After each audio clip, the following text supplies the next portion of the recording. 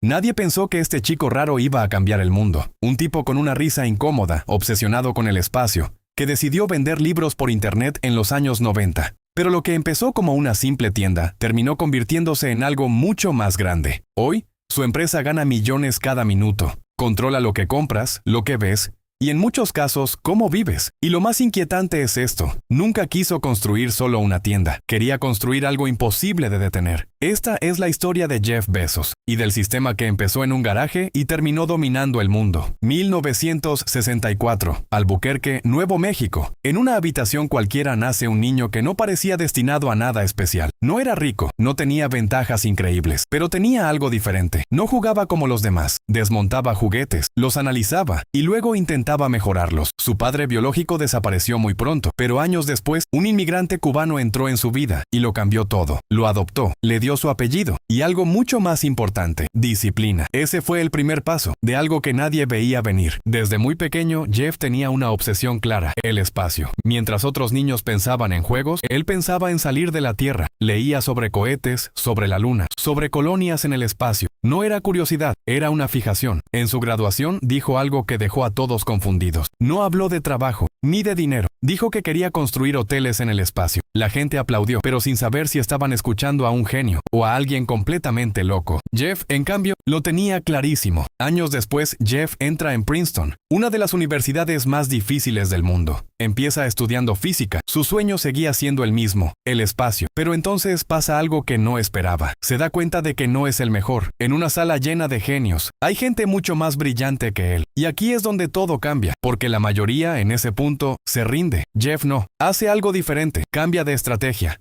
Deja la física y se pasa a ingeniería y programación. Y ahí ocurre algo interesante. Empieza a destacar, no porque fuera el más inteligente, sino porque entendía algo que los demás no. No siempre gana el mejor, gana el que mejor se adapta. Después de graduarse, Jeff hizo lo que todo el mundo esperaba. Consiguió un buen trabajo, buen sueldo, estabilidad, todo parecía encajar. Durante un tiempo, su vida era exactamente como debía ser, hasta que llegó a Wall Street.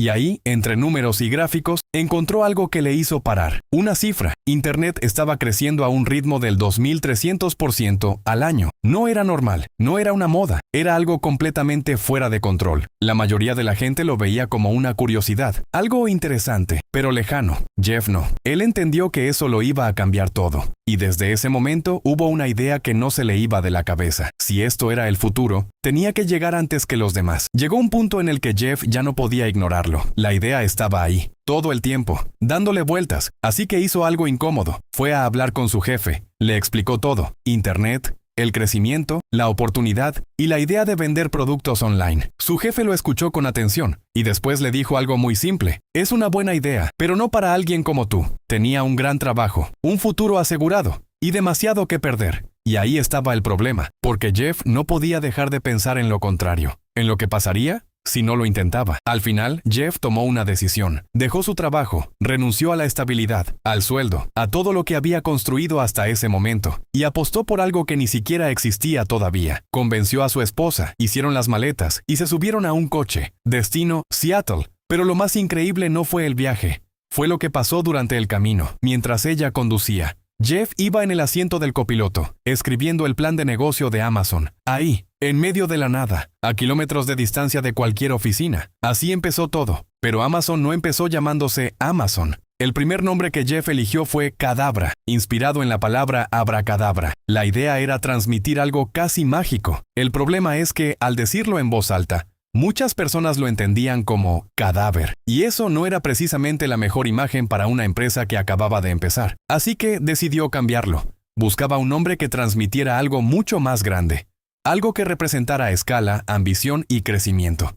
Y entonces encontró la palabra Amazon, el río más grande del mundo. Un nombre que encajaba perfectamente con lo que quería construir, porque Jeff no estaba pensando en una simple tienda online. Estaba pensando en crear algo enorme. Pero lo más inteligente no fue el nombre, fue la forma en la que decidió montar el negocio. Amazon no tenía almacenes llenos de productos, ni grandes cantidades de stock. De hecho, al principio apenas tenía recursos. Lo que tenía era una idea muy clara: esperar a que alguien hiciera un pedido, y solo entonces conseguir el producto. Eso le permitía empezar sin asumir grandes riesgos, sin tener que invertir enormes cantidades de dinero desde el principio. Era un sistema muy simple, pero también increíblemente eficaz. Y entonces, en 1995, Amazon salió a Internet. Sin marketing, sin grandes campañas, sin que prácticamente nadie supiera que existía. Pero aún así algo empezó a pasar. El primer pedido llegó. Un libro. Nada espectacular, pero funcionó. El sistema funcionaba.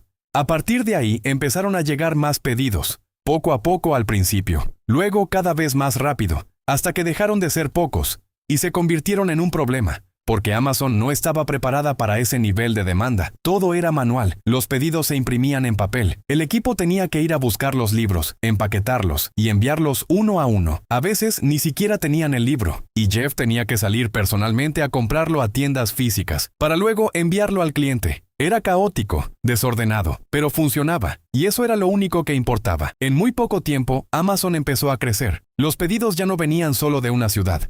Empezaban a llegar desde todo Estados Unidos, y poco después desde otros países. Lo que había empezado como una pequeña prueba, se estaba convirtiendo en algo mucho más grande. En cuestión de semanas, Amazon ya enviaba pedidos a decenas de países, y todo seguía funcionando desde un espacio pequeño, sin oficinas impresionantes, sin estructuras gigantes, solo un equipo reducido trabajando sin parar. Jeff tenía una obsesión clara: el cliente. Respondía correos personalmente, leía quejas, y buscaba mejorar cada detalle del proceso. No estaba intentando ganar dinero rápido.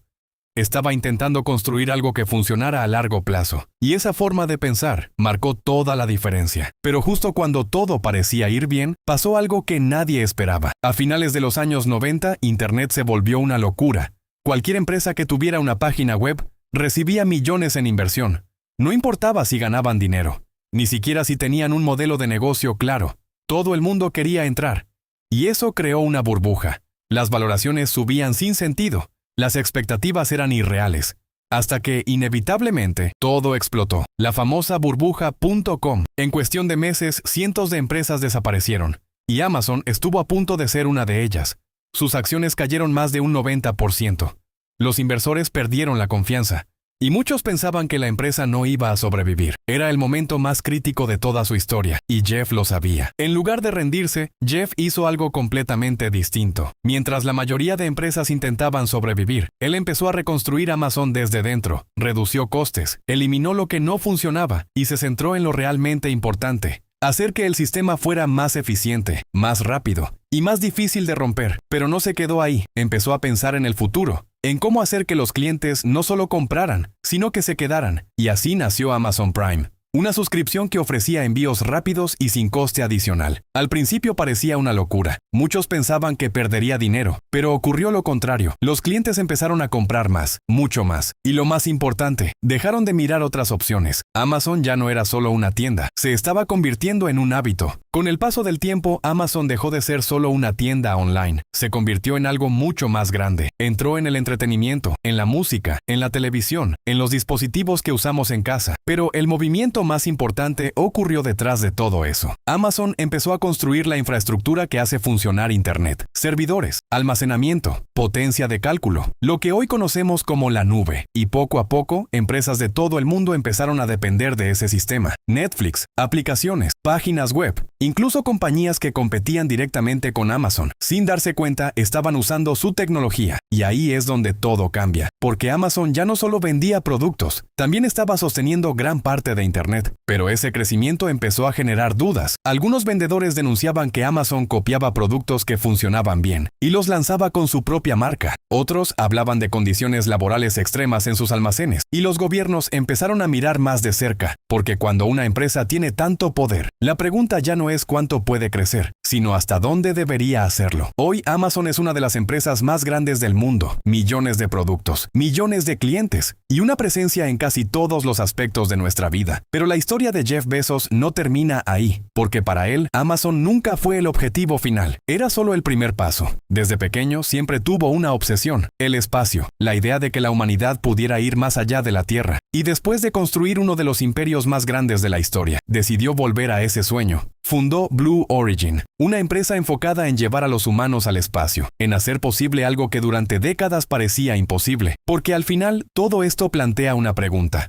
¿Hasta dónde puede llegar una sola persona? Y más importante aún, ¿qué debería hacer cuando llega hasta ahí? Porque construir algo enorme es solo una parte de la historia. Lo que haces con ese poder es lo que realmente define tu legado.